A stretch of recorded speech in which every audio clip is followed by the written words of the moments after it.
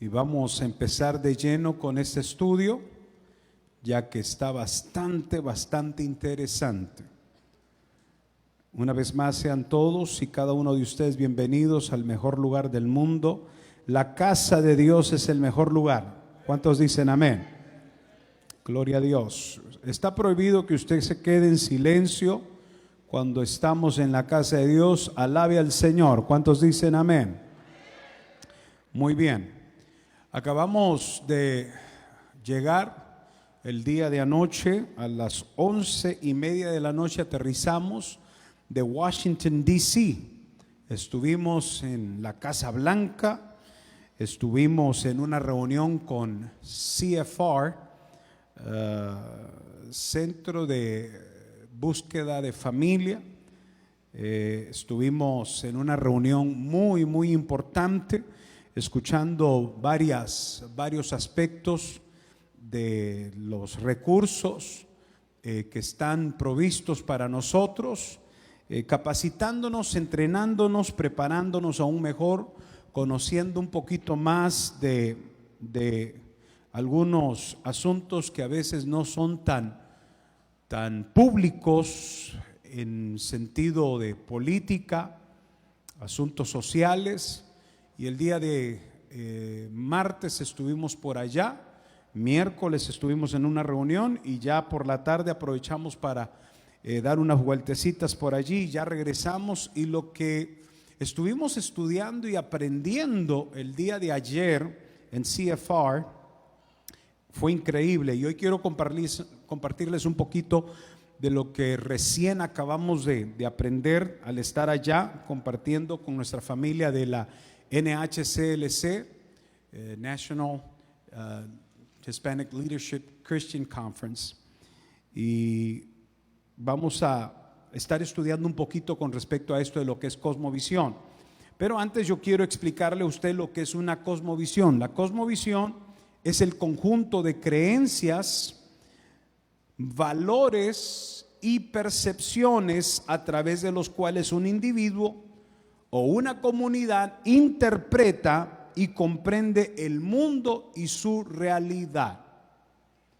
La forma o la manera como una persona ve el mundo está basado en sus creencias, en sus valores y percepciones, a través de los cuales una persona interpreta su vida o la realidad de su vida. Eso es cosmovisión. Entonces, de lo que está rodeado, de lo que se rodea, de lo que vive, de su día a día o de su diario, lo que vive, la cultura que ha generado o en la que practica, así es la forma o la manera como ve el mundo.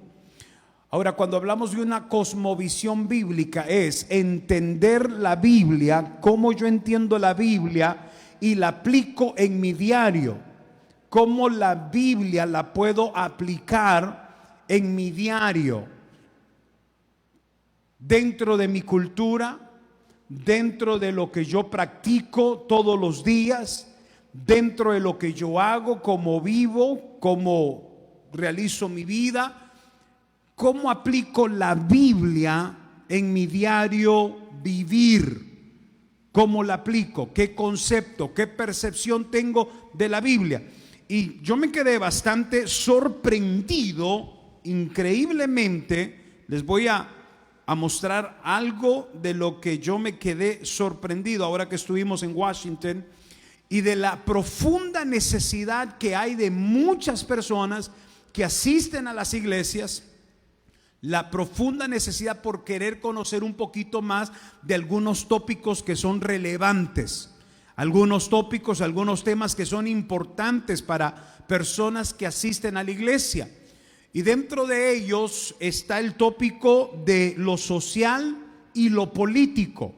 Hay gente que asiste a la iglesia, que el 80% de ellos, de los que asisten a la iglesia, quieren conocer un poco más del desarrollo social, o sea, de la cultura, de la sociedad, del desarrollo social y de la política, porque muchos desconocen. Un 80%, esta encuesta la hizo el doctor Barna de ACU, de Arizona Christian University, hizo una encuesta y sacó estos resultados.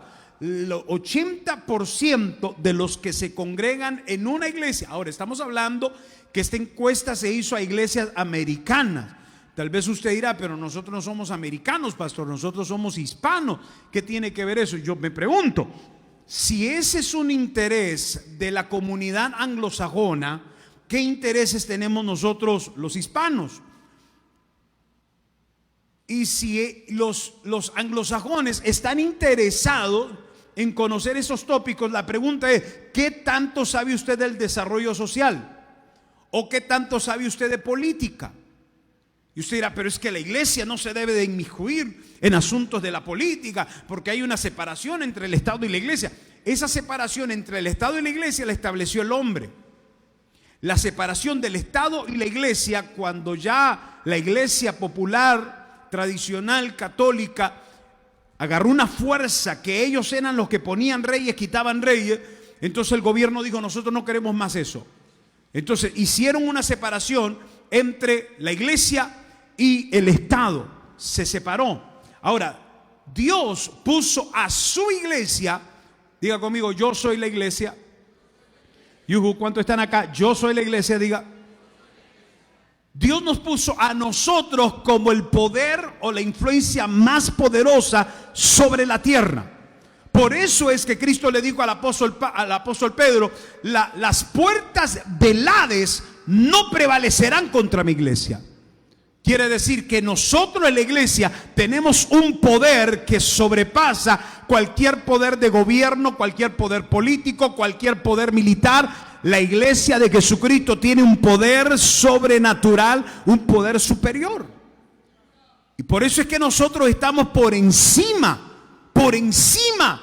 porque Dios nunca nos iba a posicionar por debajo de, siendo de que Él nos llamó a ser cabezas. ¿Dónde están esos que son cabezas? A ver, ¿dónde están esos que son cabezas? A su nombre gloria.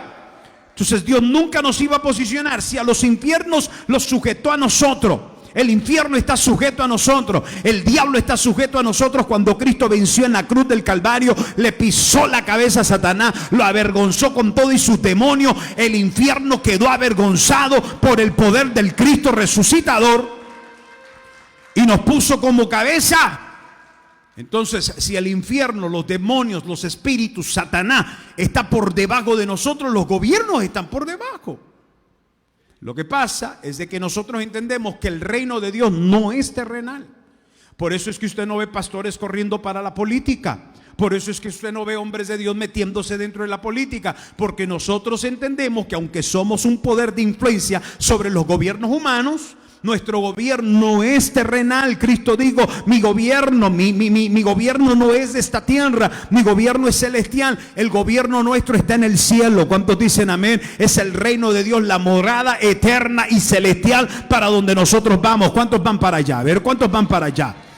Allá es nuestro reino, allá está nuestro reino, allá está, no acá. Por eso es que nosotros no nos inmiscuimos en asuntos de la política, pero sí debemos de ser una iglesia que esté activa, una iglesia que ejerza su derecho del voto, una iglesia que ejerza su función de influencia sobre los políticos. Nosotros como iglesia hemos empezado ya a tocar algunas puertas, y cuando digo a tocar algunas puertas, no porque andemos rogando, porque nunca nos vamos a poner en una posición de rogarle a un gobernador, de rogarle a un legislador, de rogarle a un diputado, nada, porque nosotros estamos por encima. Más bien ellos tienen que venir a pedir la oración, como lo van a hacer este domingo, que vienen algunos diputados para este lugar a recibir oración de la iglesia, del cuerpo de Cristo, porque somos influencia y poder para el mundo. Nosotros no estamos para rogarle a ningún político absolutamente nada. Ellos están para pedirnos oración. Ellos están para pedirnos guianza espiritual. Para eso están. El propio Donald Trump tiene su pastora. Él tiene su pastora que está ahí aconsejándolo, está allí. Y la Casa Blanca tiene pastores que visitan y escuchan, porque eso es lo que somos nosotros. Estamos acá. Pero entonces la iglesia debe estar más activa, más involucrada en asuntos sociales. Si nosotros habláramos en este momento, ¿cuál es la problemática social que tenemos en nuestra ciudad? No nos vayamos a la nación. Hablemos de la problemática social aquí en nuestro condado de Maricopa. ¿Qué conoce usted? ¿Cuál es la problemática social? ¿Qué tanto porcentaje de indigentes tenemos en nuestro condado? ¿Qué tantos inmigrantes tenemos en nuestro condado? ¿Qué tantos shelters o casas de refugio existen para los indigentes? ¿Cuántos programas para ayudar a la familia, para el abuso cuando hay el hombre le pega a la mujer? Violencia doméstica, gracias. ¿Qué tantos programas hay dentro del desarrollo social de nuestro condado? ¿Qué tanto sabe usted de esas cosas? Es increíble, pero en la cultura anglosajona hay un interés, un profundo interés por conocer un poquito más del desarrollo social. 80% de los que se congregan en las iglesias quieren saber, y 80% también quieren saber de política, porque hay algunos que no saben por quién votar. ¿Por quién voto, pastor? 80% quieren conocer un poco más con respecto al desarrollo social y con respecto a lo que es la política. Hay un 71% de los que asisten a la iglesia que están interesados en conocer un poco más el asunto del aborto. Porque nosotros los cristianos no aprobamos el aborto. Porque nosotros los cristianos estamos en contra. ¿Será que le estamos quitando el derecho a la mujer para que ella decida escoger con su cuerpo lo que ella quiera hacer? ¿Por qué los cristianos estamos en contra de eso? Hay un 71%, según la encuesta de George Barna, de la Universidad de Arizona, de aquí de Arizona, universidad privada, de que el 71% quieren conocer un poco más de esto, de los que asisten a la iglesia. Y un 68% quieren conocer de sexualidad humana. 68%, casi el 70% de los que asisten a la iglesia quieren saber de la sexualidad humana. Refiriéndonos a qué concepto bíblico tenemos con respecto al sexo. ¿Hasta dónde está prohibido ciertas cosas en el aspecto sexual? Como pareja, ¿qué es el pecado de la fornicación? ¿Qué es el pecado del adulterio? Hay un 70% de los que se congregan en la iglesia que quieren conocer de estos temas y estos tópicos. Yo me pregunté, si esto es la comunidad anglosajona queriendo conocer de estos tópicos, ¿qué tanto conocemos nosotros de estos tópicos como la comunidad hispana? ¿Qué tanto conoce usted el desarrollo social? La iglesia debe ser una iglesia que esté equipada, preparada, conocedora de estos tópicos, de estos temas, porque la iglesia está para involucrarse con las comunidades. ¿De qué otra manera ganamos almas si no es a través del servicio a la comunidad? ¿De qué otra manera nos acercamos a las personas si no es a través del servicio del evangelio a esas personas? Pero si no tenemos noción de cuál es la problemática social, para empezar en nuestro propio condado, ¿cómo vamos a poder ayudar? ¿Cómo vamos a poder ser una iglesia que se involucre? Mire, la iglesia primitiva en el libro de Hechos, la iglesia primitiva estaba involucrada en labores sociales, trabajo social. ¿Y dónde lo vemos? Lo vemos cuando los apóstoles deciden escoger a 7 diáconos que se encargaran de trabajar con las viudas, porque las viudas estaban desamparadas, no tenían un esposo que las sostuviera, algunas no tenían hijos que se hiciesen responsables de ellas. Entonces, como todo lo tenían en común, vendían sus propiedades y traían el dinero de sus propiedades a la iglesia. Entonces la iglesia ejercía la labor social de buscar cómo cuidar a sus viudas. Esa es una labor social, ese es un trabajo social. Hacer este trabajo es el llamado nuestro. ¿Qué dijo Cristo? Cristo dijo: yo no vine a los sanos, vine a los enfermos. ¿Por qué? Porque esa es la misión, esa es la visión del evangelio. La misión y la visión del evangelio es alcanzar alma a través del amor de Cristo. Es llegar a la familia que está disfuncional, a la familia que está desbaratada, a la familia que está hecha trizas, pedazos, y poderlos traer para que haya una restauración en ese hogar, en esa familia. ¿A través de qué? A través del poder del amor del evangelio, de la palabra, del amor de Cristo, del amor de Dios para esa familia. Pero si nosotros no conocemos esta temática o esta problemática social, entonces ¿cómo vamos a poder ser una iglesia efectiva en nuestro trabajo social? Es más, si a nosotros ni nos interesa el asunto social, si nosotros no tenemos la mínima preocupación, entonces ¿qué tipo de evangelio estamos viviendo? Porque el evangelio nuestro debe ser uno, que estemos identificados con el dolor ajeno, que estemos identificados y nos relacionemos con aquellos que están en menor, atravesando momentos más difíciles de su vida, para poderles ayudar. Y si nosotros como iglesia no tenemos ese concepto claro, entonces no vamos a ser efectivos en el trabajo de ganar las almas. Por eso me interesó mucho cuando estudiamos el día de ayer en Washington, D.C., estos porcentajes. Ahora, hay 7 piedras angulares, y solo quiero tocar 4 hoy, de las que la iglesia debe de conocer bien. Antes de entrar en asuntos sociales, antes de entrar en asuntos políticos, aborto o sexualidad humana, es importante que la iglesia tenga un conocimiento básico bíblico. Y por eso el tema de esta noche es cosmovisión bíblica. ¿Cómo aplicas la Biblia en tu diario vivir?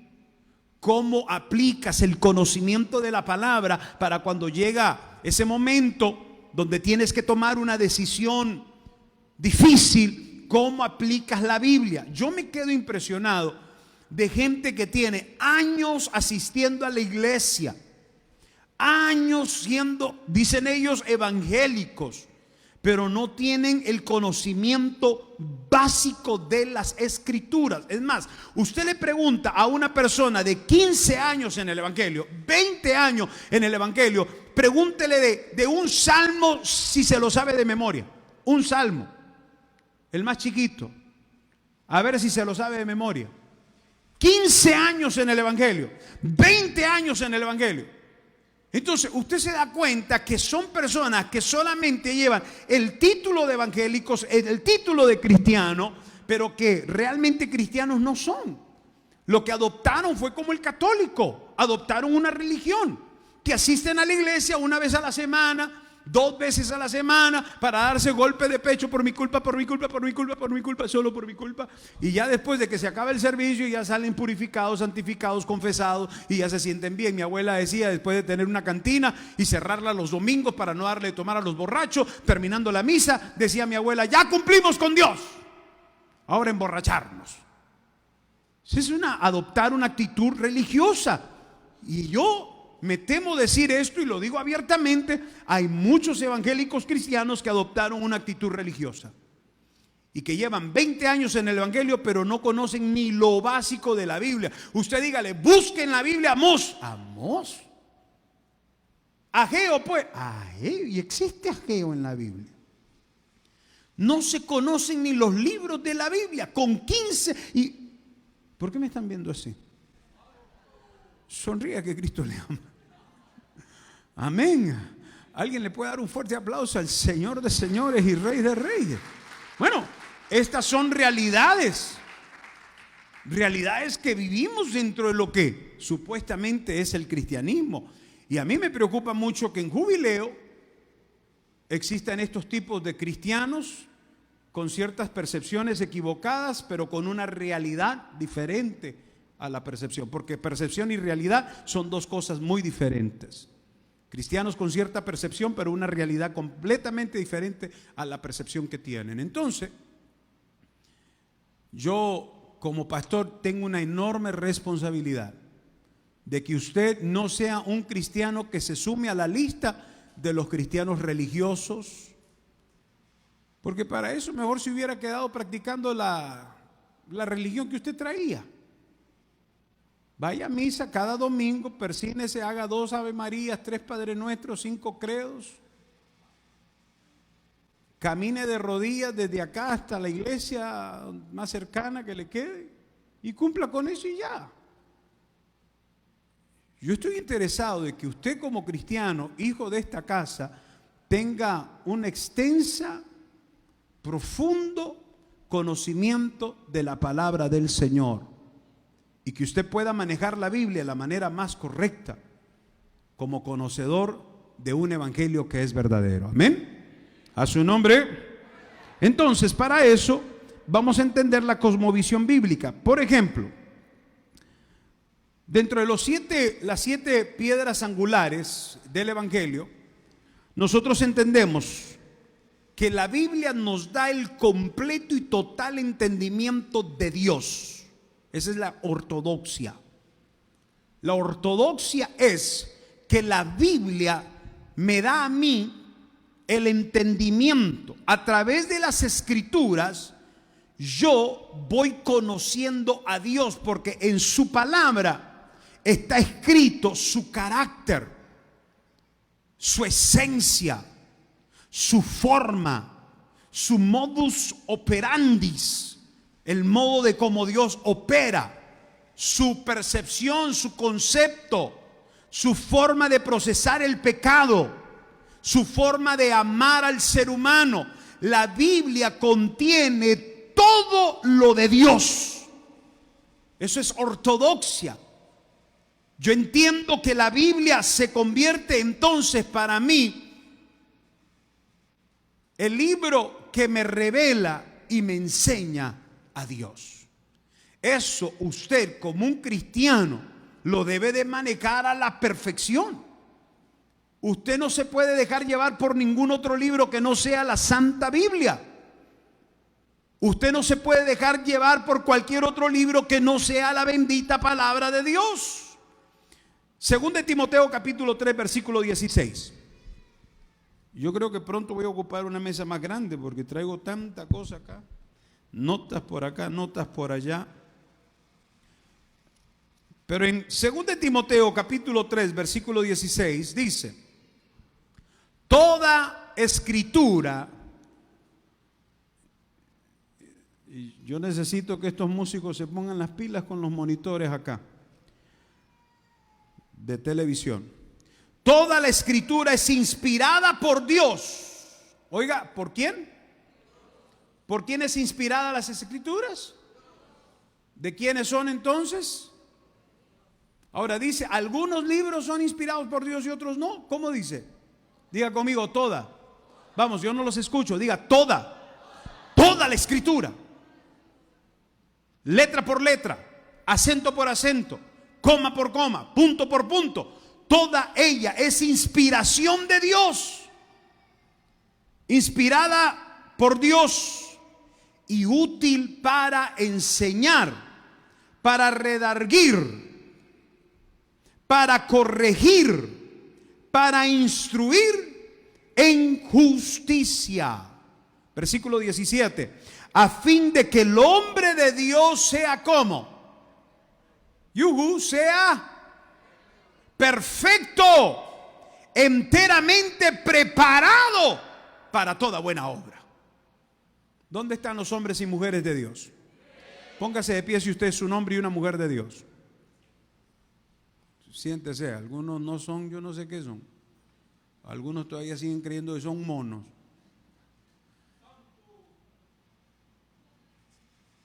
Todo hombre y toda mujer que es de Dios debe de ser perfeccionado.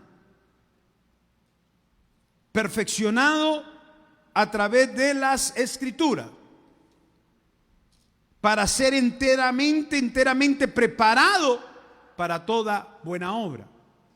Quien perfecciona al hombre o a la mujer son las Escrituras. Quien nos perfecciona, quien nos corrige, quien nos instruye, quien nos enseña, son la Biblia. El hombre o la mujer que dice ser de Dios debe de dejarse instruir, enseñar, redarguir por este bendito libro, para ser preparado enteramente. ¿Para qué? Para una buena obra. Quiere decir que el hombre o la mujer que no produce buenas obras no ha sido entrenado ni preparado por las Sagradas Escrituras. Un hombre que no está dando frutos, una mujer que no está dando fruto, una persona que no está ejerciendo o produciendo más bien buenos frutos, es una persona que no ha sido enteramente preparada por las Escrituras. Las Escrituras no juegan en su vida un papel importante. La Biblia no es importante para esa persona si el fruto que está produciendo no es de buenas obras. Si no está preparado para ello, no es de buenas obras. Y si no está siendo perfeccionado, ¿qué significa ser perfeccionado, damas y caballeros? Significa que todos los días soy corregido. Todos los días la Biblia me dice, esto hiciste mal. Todos los días, a través de la palabra, la inspiración de Dios y su Espíritu Santo, el Espíritu Santo te redarguye y te dice: hijo, esa palabra que dijiste hoy no estuvo bien. Hija, esa mirada que hiciste no estuvo bien. Y allí vamos siendo perfeccionados a través de las Escrituras por el Espíritu Santo. Ese es el poder de la palabra. Por eso este libro es maravilloso. Un aplauso a este bendito libro que Dios nos ha dejado, no solamente para que lo conozcamos a Él a través de las Escrituras, pero para que seamos perfeccionados. Entonces, dentro de los 7 piedras angulares, tenemos que la Biblia nos da el alto y profundo conocimiento de Dios, entendimiento del conocimiento de Dios. Un segundo punto muy importante que usted como iglesia debe de saber manejar y del que usted no debe de confundirse nunca es: todos los seres humanos son pecadores por naturaleza. Porque alguien por ahí dice: es que todos somos hijos de Dios. ¿De dónde usted sacó ese concepto de que todos somos hijos de Dios? No, pero es que él es hijo de Dios, es que ella es hija de Dios y está perdido en pecado, está perdido en vicios y adicciones. ¿Ese es un hijo de Dios? No, caballero, no se equivoque, dama. No todos los seres humanos son hijos. Mire cómo están asustados algunos. Ay, pastor, usted está hablando de un Dios que no tiene amor. No, es que Dios es amor, eso nadie se lo quita. Pero hay que tener los conceptos claros, cosmovisión bíblica. Usted debe entender que todos nacemos bajo pecado por una naturaleza caída, gracias a Adán y a Eva. Fallaron, pecaron, cayeron de la gracia de Dios y a raíz de eso la naturaleza se descompuso. Sufrimos una descomposición terrible. Y ahora cada hijo nacido nace bajo pecado. Pero ya explicamos el domingo que hasta que el pecado no es concebido, entonces no hay pecado en él. Nacemos bajo naturaleza de pecado, pero hasta que no hay pecado concebido, entonces no hay condenación. Hasta que hay pecado concebido por uso de razón, porque ya tiene uso de razón, entonces se concibe el pecado, entonces necesita arrepentimiento y salvación. Pero mientras no haya uso de razón, no hay pecado concebido, no hay condenación. Por eso es que los niños que tienen inocencia, y por eso es que los bebés que no conocen de pecado, ellos son libres de condenación, porque no tienen uso de razón. Pero una vez que nosotros concebimos pecado, necesitamos con urgencia salvación. Entonces, todos no son hijos de Dios, todos somos criaturas de Dios. ¿Estamos? Todos somos creados por Dios, diferente a hijos de Dios. ¿Quién es hijo? Vamos a entenderlo de la manera más práctica.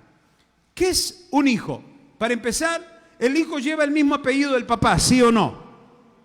Lleva el nombre del padre. ¿Qué es hijo? Lleva los mismos ADN. El mismo ADN de papá, el mismo ADN de mamá, lo lleva el hijo. Entonces, ¿puede una persona que está atada al vicio de la borrachera, de las drogas, de los casinos, de la pornografía, del chisme, del pleito, considerarse hijo si en el ADN de Dios no existe eso?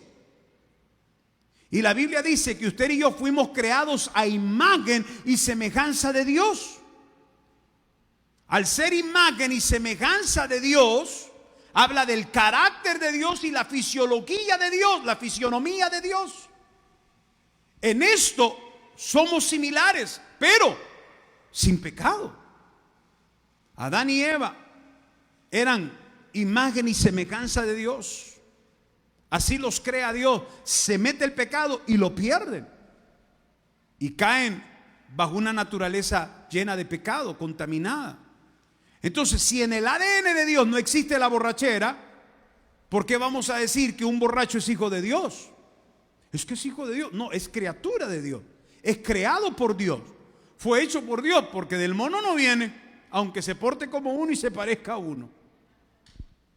No viene. Porque Dios es el creador de todo lo que vemos. Dios es el creador de todo lo que usted ve, de todo lo que conocemos. Él lo creó. Las cosas no se dieron así por así.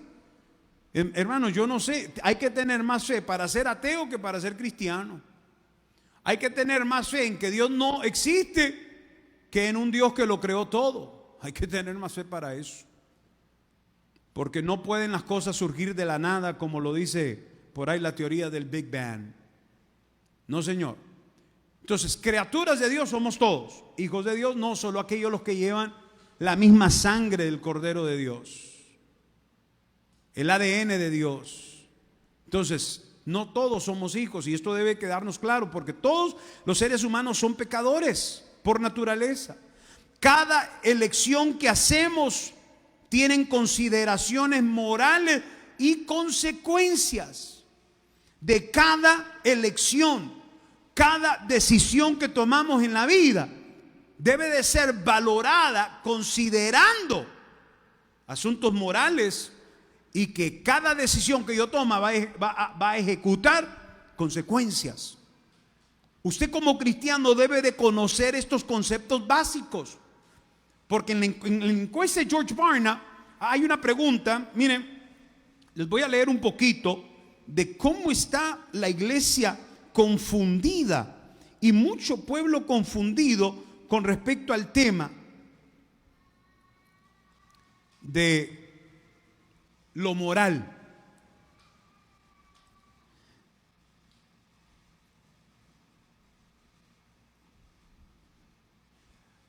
Las consecuencias son menores cuando se dice algo falso para proteger tus intereses personales o reputación. Mire, esta fue una de las preguntas que se hicieron en la encuesta. Las consecuencias son menores, o sea, no hay graves consecuencias si tú hablas de algo falso de ti mismo con tal de proteger intereses personales tuyos o tu propia reputación.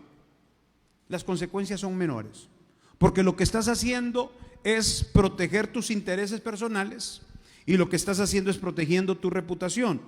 Miren lo que contestaron. La generación Z contestó, 60% dijeron, así es, correcto. Imagínese usted cómo anda esta generación. La generación milenial, 54% contestaron, sí, es correcto. Hermano, más de la mitad de la generación milenial dijeron, así es, si yo estoy buscando cómo proteger mis intereses personales y mi reputación, pues no importa una mentirita blanca. Imagínese que no hay consecuencias mayores con tal de que estés defendiendo o protegiéndote a ti mismo y tu reputación. La generación X, 51%, y la generación de los boomers, baby boomers, 48%. Todos, casi a la mitad, contestaron de que estaba bien. Imagínense qué concepto. Y esto no es de gente de allá afuera, esto no es de mundanos. Estamos hablando de cristianos que vienen a la iglesia. Ese que está ahí sentado a su lado, mírele la cara, ese contestó diciendo, no hay mayor consecuencia si lo que estás buscando es proteger tus propios intereses y tu reputación. Si tienes un aborto por cualquier razón, otro de proteger la vida de la madre o del niño, está bien. Si tienes un aborto por asunto de proteger la vida de la madre o del niño, está bien. Generación Z contestó 69%, dijeron sí. Generación milenial 67%. Generación X 59% y los boomers 61%. Este es un estudio que se realizó para que veamos a qué nivel de entendimiento bíblico, cuál es la cosmovisión bíblica que tienen los cristianos que asisten a la iglesia. Tener relaciones sexuales consensuales con alguien del sexo opuesto con quien no estés legalmente casado está bien. 73% dijeron está bien los de la generación Z. Millennials 69%. 63% la generación X y los baby boomers 59% dijeron está bien. O sea que la unión libre está perfecto para las generaciones, no hay problema, no te cases, no hay ningún problema, no va a haber ninguna mayor consecuencia al respecto. Esto no le estoy hablando yo una vez más de gente que está allá afuera, de gente que no tiene un concepto bíblico, de gente que no tiene, no, le estoy hablando de gente que debería de tener el mínimo conocimiento básico bíblico, contestando y respondiendo de esta manera. Con tal de que no le hagas daño a nadie, tú puedes hacer lo que quieras. Ahora vamos a entrar al aspecto religioso. Escuche, esta encuesta se le hizo a católicos y evangélicos. Con tal de que no le hagas daño a nadie, puedes hacer lo que tú quieras. 42% de católicos dijeron sí. Pero a mí me asustó el porcentaje de los evangélicos que dijeron sí. 35% de los evangélicos dijeron, mientras no dañes a nadie, no le hagas nada malo a nadie, haz lo que quiera. 35% de evangélicos dijeron que estaba bien. ¿Dónde está entonces el conocimiento de la palabra? ¿Dónde está el conocimiento bíblico? La paga del pecado es muerte. ¿Dónde está ese conocimiento bíblico? Mire, cuando tengas que decidir entre bien y mal, tu fuente de guía para tomar esta decisión es la Biblia. 31% dijeron sí, católicos. Evangélicos 70%. Uf, de perdida una buena noticia. La gente es básicamente buena. 72% de católicos dijeron sí. 61% de evangélicos dijeron sí.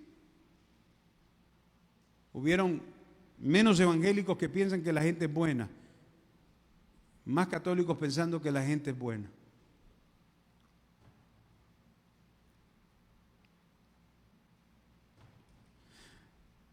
Determinar la moral verdadera está en cada individuo. No hay moral absoluta que se aplique a todo el mundo, todo el tiempo.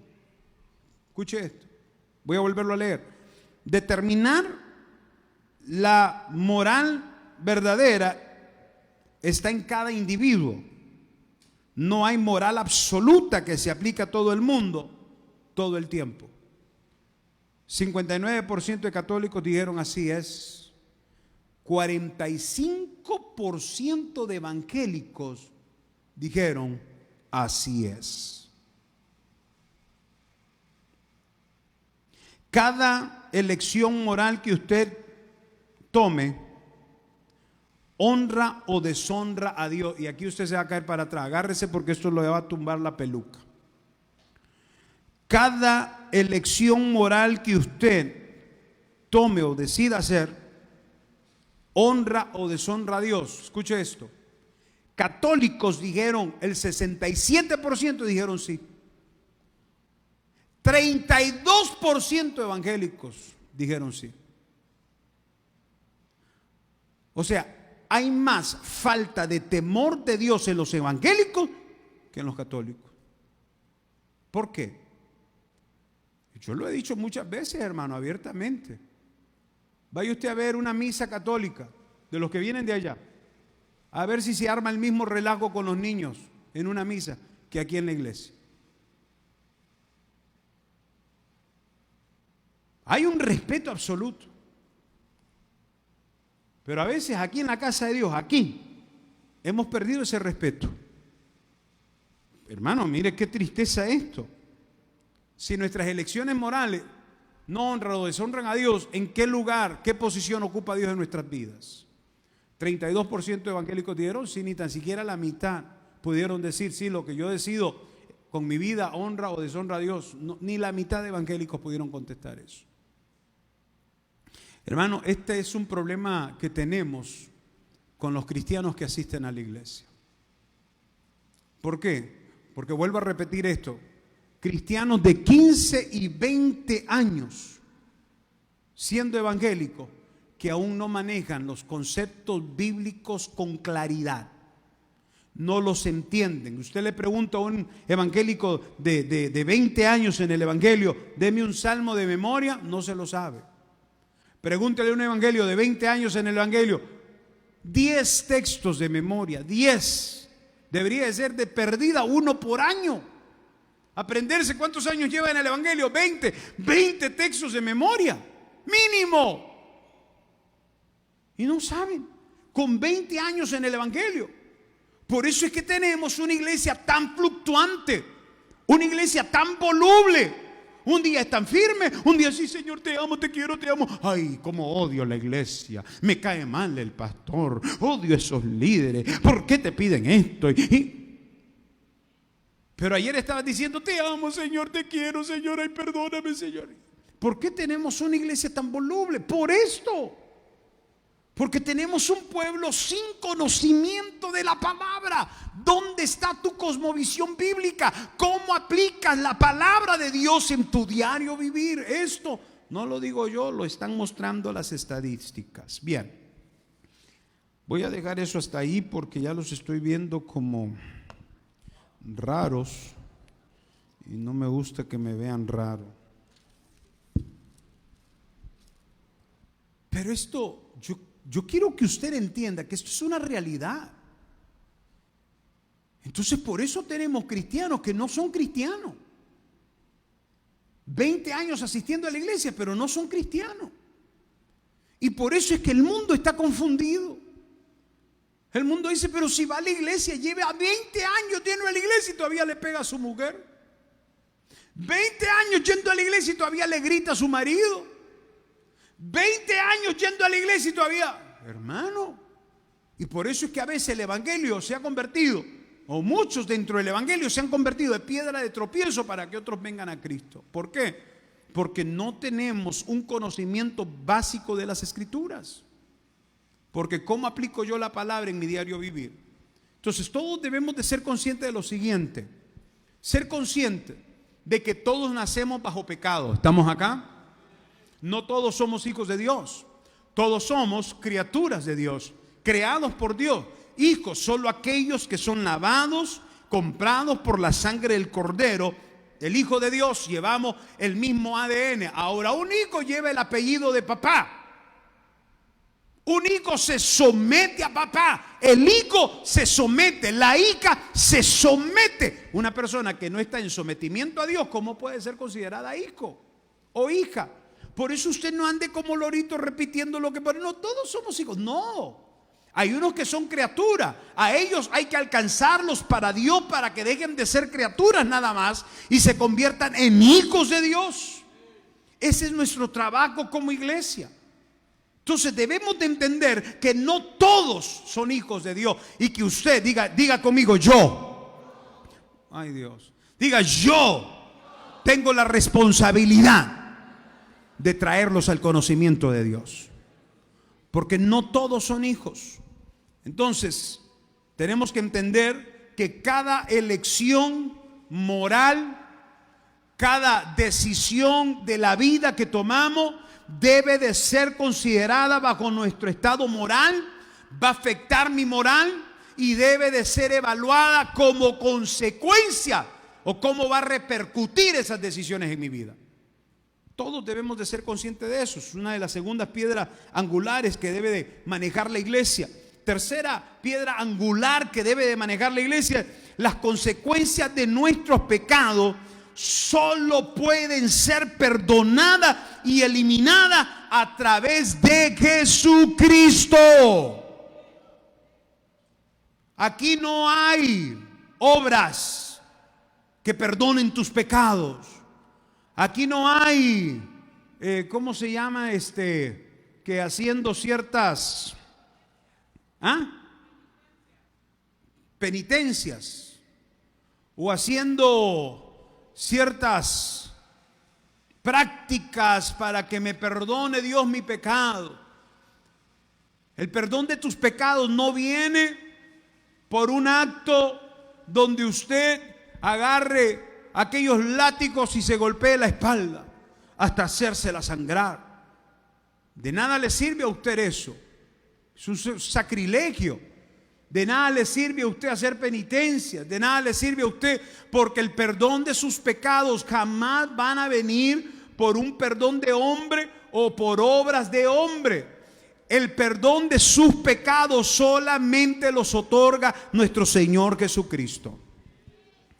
El perdón está disponible solo por reconocimiento y confesión de nosotros. Usted tiene perdón de sus pecados. Uno, cuando usted reconoce que pecó. Usted dice, yo pequé, yo fallé. Cuando yo reconozco que pequé, reconozco mi pecado, pero no solamente lo reconozco, lo confieso. ¿Qué dice la Biblia? Que el que confiesa su pecado y se aparta de él alcanza ¿qué? Misericordia, perdón de Dios. Hay personas que pecan,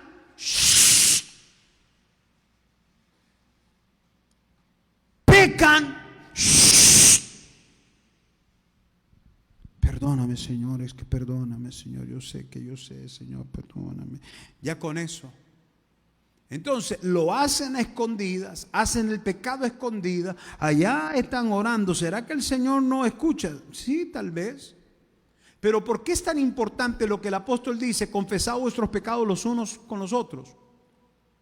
¿Por qué es importante la confesión? Porque la confesión desenmascara a Satanás. Cuando usted confiesa su pecado, cuando usted viene delante de su pastor, cuando usted viene delante de su pastora, cuando usted va delante de uno de los pastores de esta iglesia y le dice, mire, estoy teniendo una lucha con esto, no puedo soltar este vicio, soy adicto a esto. Con el simple hecho de confesarlo, estás desenmascarando al diablo. Porque si hay algo que el diablo quiere hacer, es operar aquí. Aquí opera Satanás, en lo escondidito. Ahí te tiene atado, ahí te tiene amarrado, ahí te tiene prisionado, aquí. Pero cuando usted lo saca de aquí, lo expone y expones a Satanás, ese pecado queda expuesto. Satanás queda descubierto. El problema de muchos es que pastor, yo lo hice con fulano de tal y fulano de tal me divulgó. Pues no tuviste discernimiento con ese fulano,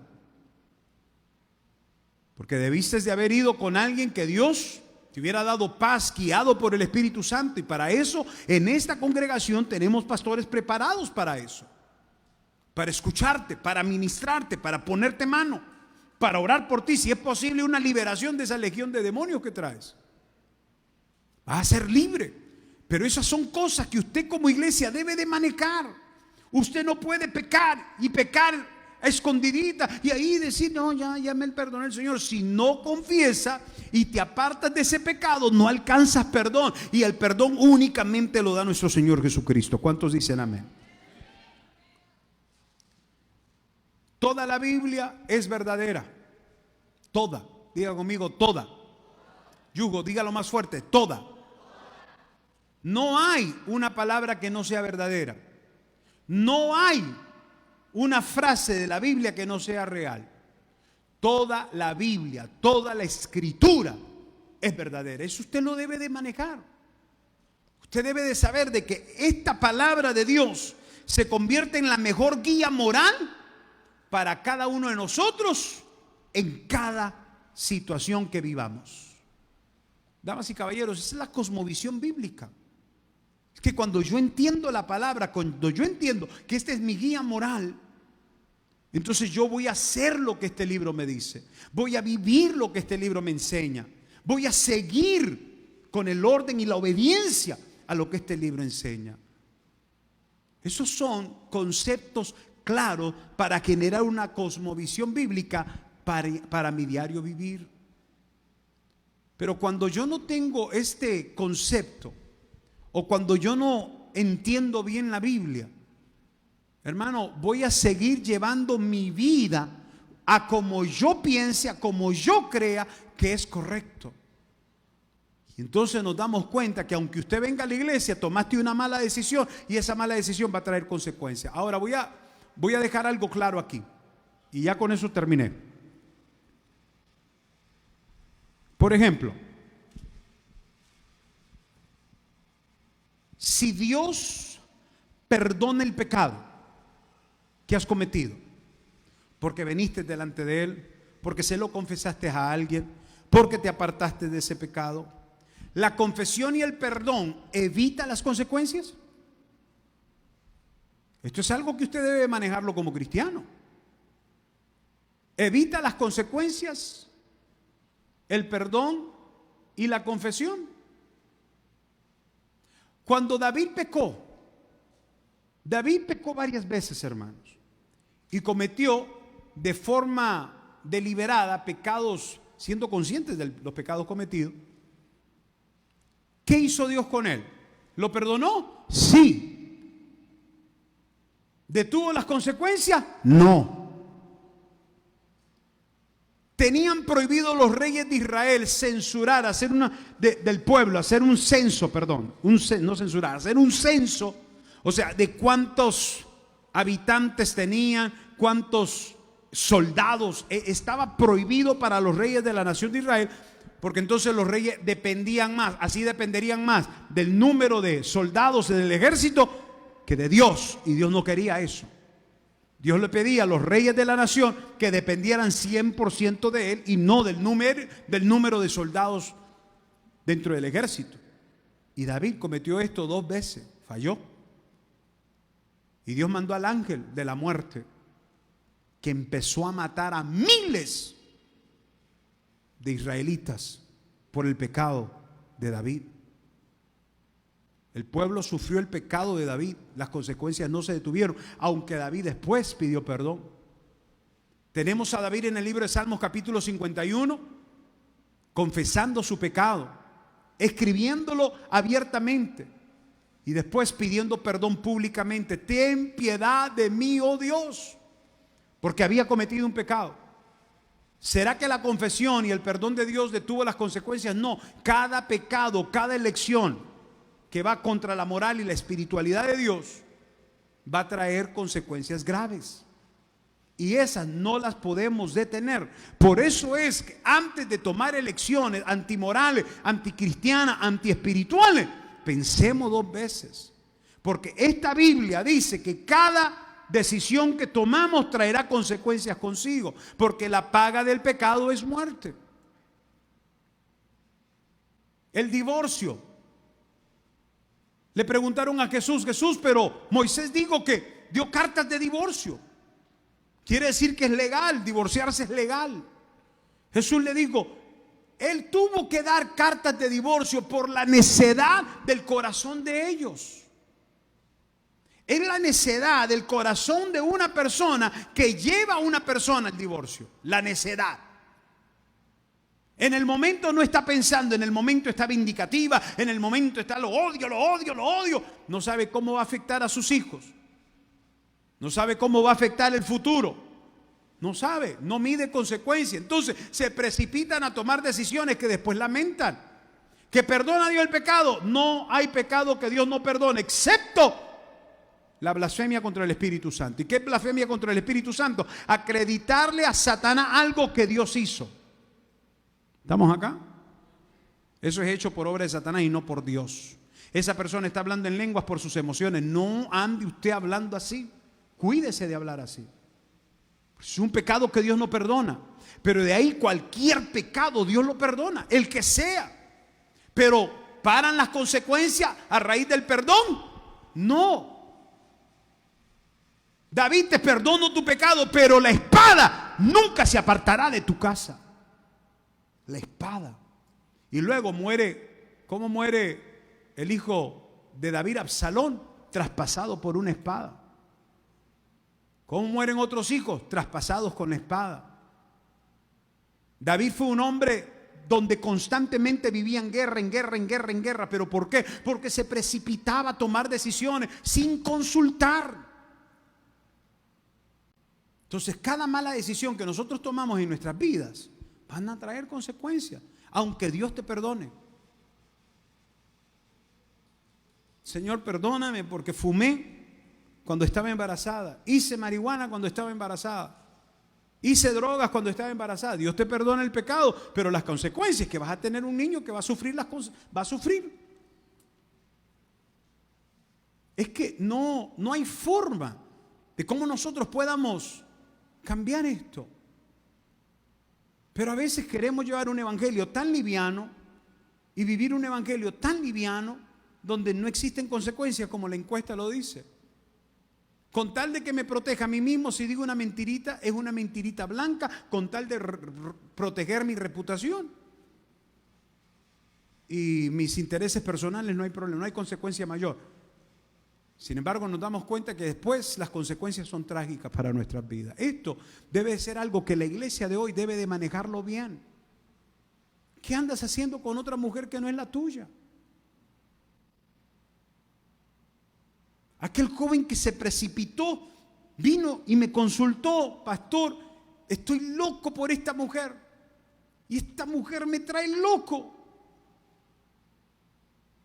Soy virgen, pero es que me trae loco. Hijo, aléjese de esa mujer. ¿Qué dice Proverbio? Aléjate de la mujer extraña que con sus labias y sus palabrerías te seduce y te engaña. Aléjese, hijo, no caiga en esa trampa. O el hombre labioso, que como hermano seduce a la mujer, a la jovencita, para hacerla caer, atraparla. Aléjese, hijo, aléjese, hija, de ese hombre. No, allá fue, pecó con ella. ¿Cuál fue lo trágico? Más tarde, hermano, unos meses más tarde, increíblemente, le sale una enfermedad venérea. Primera vez en su vida y última. Más tarde, pasan los años y después me doy cuenta que tiene SIDA. ¿Dios lo perdonó? Lo perdonó, pero las consecuencias no se detienen. Damas y caballeros, hay una diferencia entre la percepción y la realidad, y esta es la realidad. Entonces, si habláramos de sexualidad humana, si habláramos de aborto, si habláramos de la problemática social y de política, ¿qué tanto conocemos de la Biblia? ¿Cuál es tu cosmovisión bíblica al respecto de estos temas? Nosotros como cristianos debemos de ser una iglesia conocedora de la palabra, porque el conocimiento evita la perdición. El conocimiento evita que usted esté cometiendo errores. ¿Qué dice Osea? Mi pueblo perece porque le faltó ¿qué? Conocimiento. Y nosotros como iglesia no podemos ser una iglesia ignorante de estos principios bíblicos. Amén. Entonces yo como pastor tengo una responsabilidad con usted. Y mi responsabilidad es que usted conozca la palabra, sepa de la Biblia. Este libro es un libro bendito. En sí no es algo que porque, ay, es la Biblia, entonces, ay, votó a Dios. ¿Quién dice que voté a Dios? Ese es un libro. Pero lo que está dentro de ella, porque si no, entonces vamos a empezar a adorar este libro, ahí lo vamos a poner como algunos lo tienen en su sala, el Salmo 91 ahí abierto. Así se alejan todos los demonios, los chamucos no entran a mi casa. Y está en tremendo pecado viendo pornografía. ¿Y usted cree que la Biblia abierta va a detener a los demonios? No es el que usted tenga este libro ahí abierto. Es lo que usted practica, es lo que usted vive, es la santidad que usted tiene para Dios. Amén. Ok. ¿Entendimos esta noche el estudio? ¿Cuántos captaron hoy? ¿Amén o no amén? Bien, voy a dejar este espacio ahora para preguntas. Para personas que tengan preguntas, ustedes saben que todos los jueves estudiamos juntos y usted tiene la oportunidad, a diferencia de los domingos, usted tiene la oportunidad de hacer sus preguntas. Así de que yo creo que ya estamos listos allí con el micrófono para que usted haga su pregunta con respecto a este tema que hemos abordado esta noche. Si usted tiene preguntas, este es el momento para hacer su pregunta. Por ahí viene el micrófono. ¿Ya está el micrófono listo por ahí? Ya está, bien. ¿Quién es la primera persona que tiene la primera pregunta de esta noche?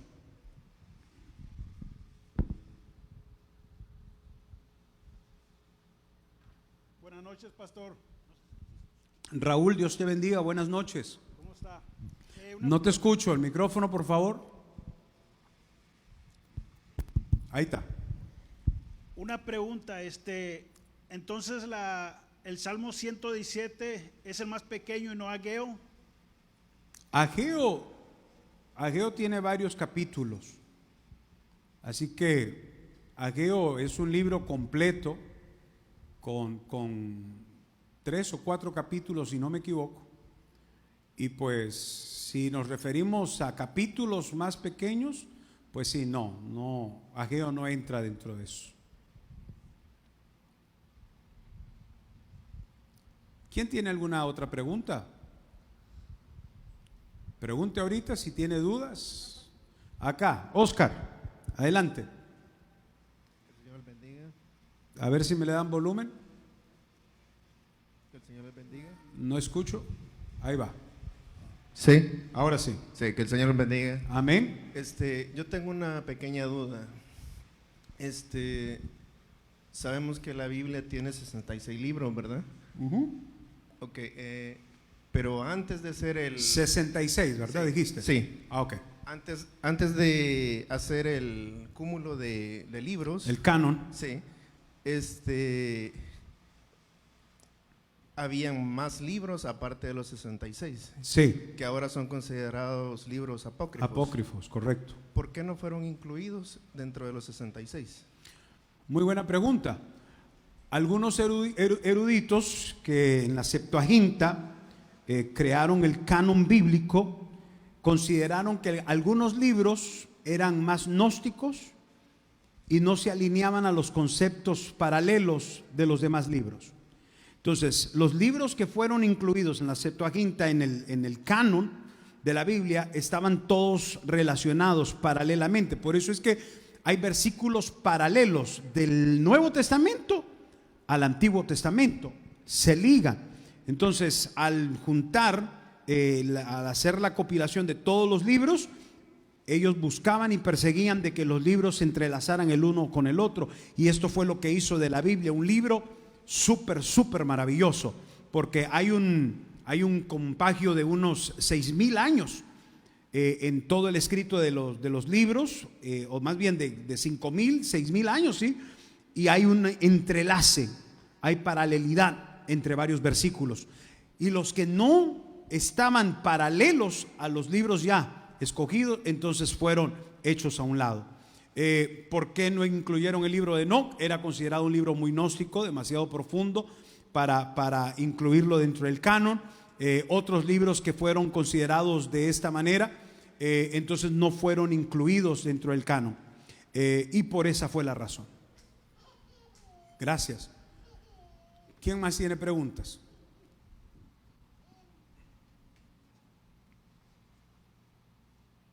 Aproveche este momento, haga su pregunta, porque yo quiero, si ustedes no me hacen preguntas a mí, yo se las voy a hacer a ustedes. Y el que no me conteste, el ayuno lo va a seguir 20 días más después de que nosotros terminemos. 40 días de ayuno. A ver acá, hermana Dora, tiene una pregunta acá, Iván, por este lado.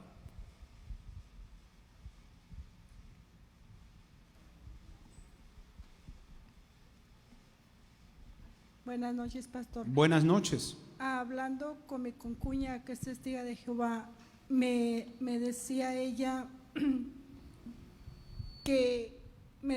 a mí que todos nos íbamos a ir al infierno, y le dije no. ¿Hablando con quién, perdón? Con mi concuña, es testiga de Oh, Jehová. ok. Entonces ella me dice que todos nos vamos a ir al infierno, porque la palabra muerte significa infierno, que inclusive Jesús murió. Le dije sí, pero Jesús resucitó al tercer día. Entonces mi pregunta es, ¿realmente muerte significa infierno? Muerte es un ángel que tiene asignación especial. La muerte es un ángel. Ese ángel tiene la asignación de que cuando ya llegó el momento para que esa vida hasta ahí llegue, o por decisión divina o por trampa de Satanás, porque Satanás se roba las almas y él trama, hace planes para llevarse un alma y llevársela al infierno, ese ángel es asignado la labor de ir y presentarse en ese momento. Muerte no necesariamente es infierno. Infierno tiene 39 pronunciaciones en el Antiguo Testamento y significa huesa, significa morada eterna, tiene diversas interpretaciones la palabra muerte. Ninguna de ellas van derivadas a infierno. Muerte es culminación de vida en el término original griego, pero infierno tiene otra interpretación completamente diferente. La muerte no es automáticamente infierno, porque si no, entonces un cristiano, si muere y muerte significa infierno, entonces los cristianos no tenemos salvación, nos vamos también al infierno, porque muerte significa infierno, y eso es antibíblico, antiteológico, no es correcto. Muerte no es infierno, muerte es el final del tiempo asignado, que Dios lo asignó así, o por medio de una trampa de Satanás, donde un ángel es asignado para ir y quitar esa vida de aquí de la tierra, y que luego entre a la segunda vida, que es la vida eterna. Entonces no es verdad. Gracias. Para servir. ¿Quién más?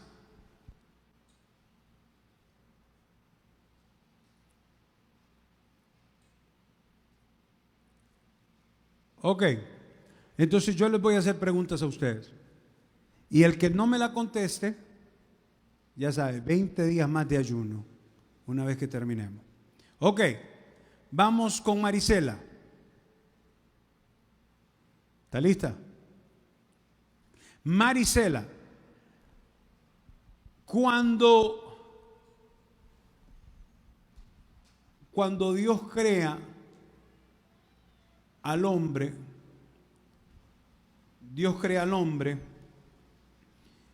inmediatamente los demás creados por él son hijos, automáticamente. Son criaturas. ¿Son? Criaturas. Son criaturas. ¿Y en qué se basa usted para decir eso? Porque venimos a ser hijos cuando aceptamos al Señor y nos dejamos llevar y practicamos lo que dice la Biblia y le hacemos parte de nuestra vida. Vamos con una base bíblica, Juan 1:12.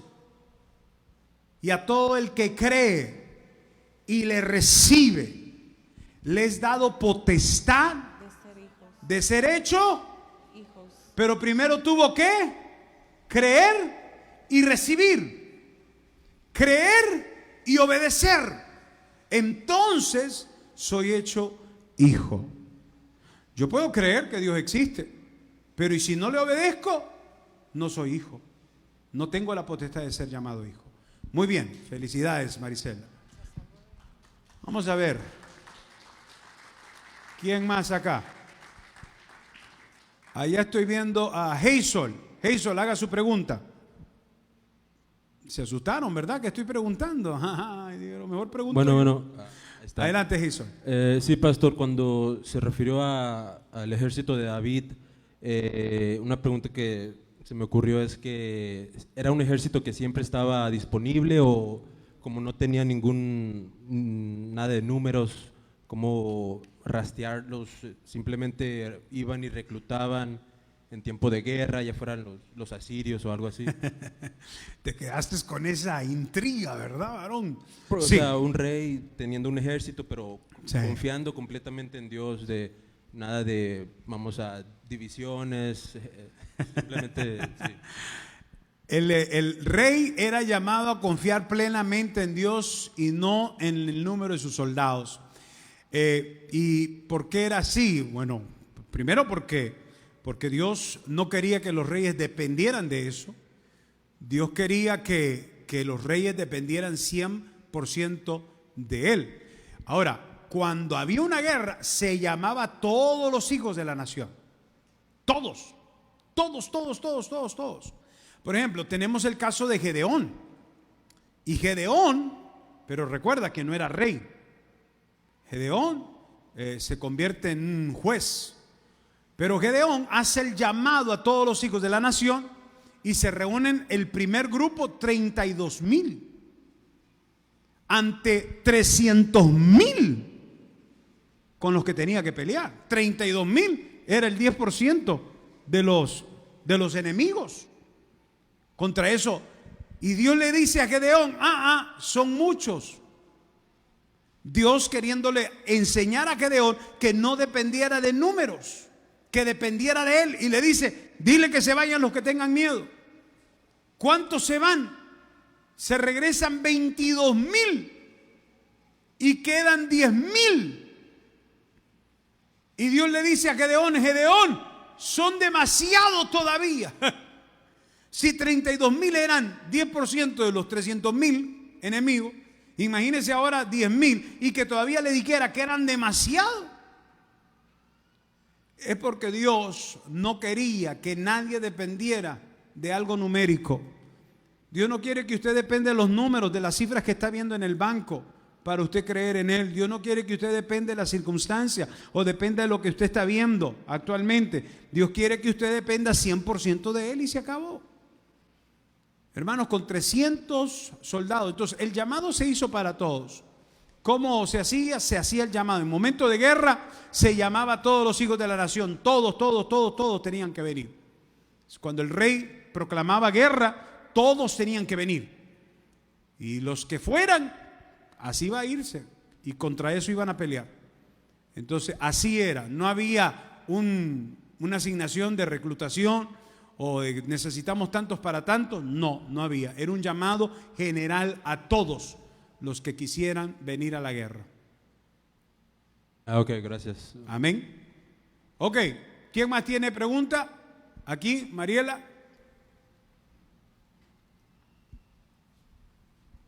Y esta será la última pregunta y nos vamos. Buenas noches, pastor. Buenas noches. Mi pregunta sería, todos somos criados por Dios, pero venimos a ser hijos de Dios cuando obedecemos y creemos en Dios. Entonces también ahí entraría el bautismo, o sea, para obedecer, para poder ser hijos de Dios. Es que el bautismo es como una confirmación de mi decisión persiguiendo ser hijo. O sea, yo voy a confirmar de que soy hijo bautizándome, porque entonces me someto por obediencia al bautismo. Confirmo de que soy hijo porque me bautizo. Estoy dando un paso de obediencia al decir que quiero ser hijo.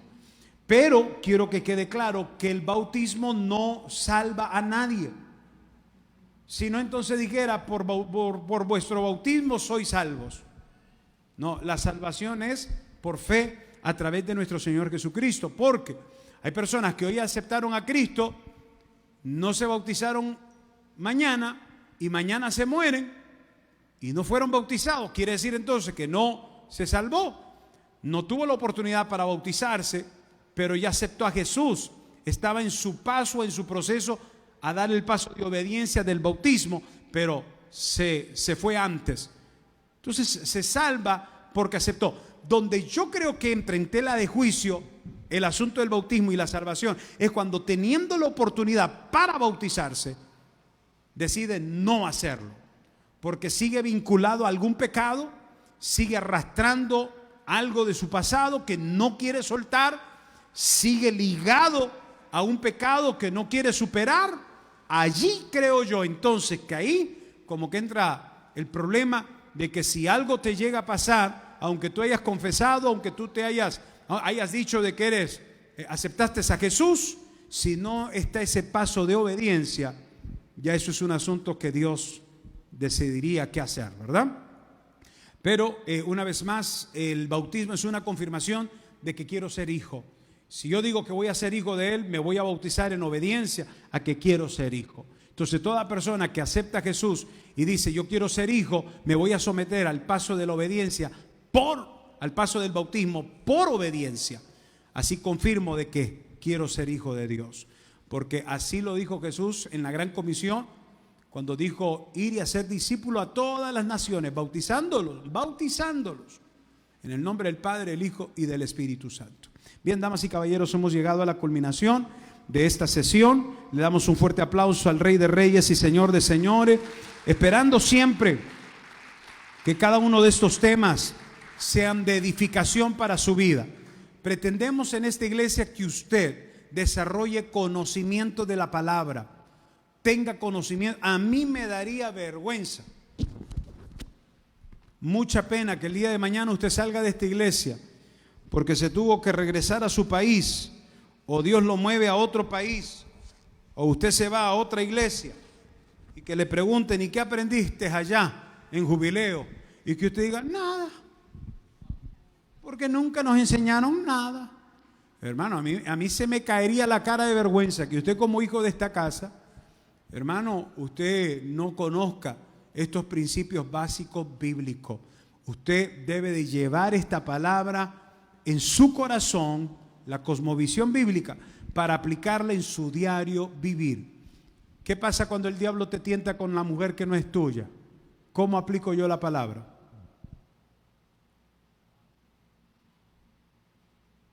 ¿Cómo aplico yo la palabra cuando el diablo te está tentando con una mujer que no es tuya? ¡Yuhu! Cristo dijo, de tal manera os digo, que aquel que con el simple hecho de ver a la mujer de su hermano, de su prójimo, con el simple hecho de codiciarla, en su mente ya pecó. Con el simple hecho de codiciarla. ¿Cómo aplico yo la Biblia cuando estoy tentado para robar? Quiero robar. Traigo una cultura de robo y agarro de aquí, se me pegan solitos las cosas en la mano. No hurtarás. No robarás, y está dentro de los 10 mandamientos. ¿Cómo aplico yo la Biblia y el conocimiento de la palabra con el asunto de la ambición y el querer tener más? Jesús dijo, no os afanéis de lo que será el día de mañana. Eso te lo dice la Biblia. Cada uno de esos versículos yo los tengo que conocer para poderme defender ante cualquier tentación de Satanás. Amén. Póngase de pie. Vamos a darle gracias a Dios por su palabra. Señor, te damos gracias en esta tarde, esta noche, por permitirnos escuchar tu palabra. Permite que esta palabra que hemos escuchado quede como una semilla sembrada en nuestros corazones, que pueda germinar frutos, que pueda dar buen fruto, Señor, que podamos ser cristianos apasionados a ti, que podamos ser cristianos conocedores de tu palabra, para que al día nosotros podamos aplicar este conocimiento de tu palabra. Señor, en nuestro diario vivir podamos ser obedientes a tu palabra. En el nombre de Cristo Jesús. Amén y amén. Dios les bendiga.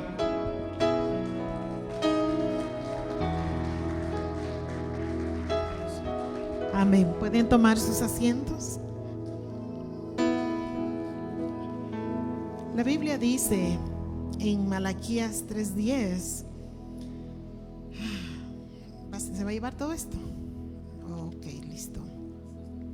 Sí, ese me lo deja ahí. Traed todos los diezmos al alfolí y haya alimento en mi casa, y probadme ahora en esto. Si no, os abriré las ventanas de los cielos y derramaré sobre vosotros bendición hasta que sobreabunde. El dar diezmos, óigame que estoy hablando del diezmo. El dar diezmos, habla Dios al pueblo y le dice, traed los diezmos al alfolí y haya alimento en mi casa. ¿Cuál es la casa de Dios? Diga esta.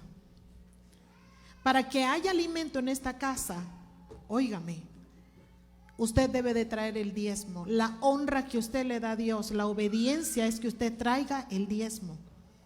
Y hay muchos cristianos hoy en día que no diezman o que le mochan, como dicen, y le quitan al diezmo.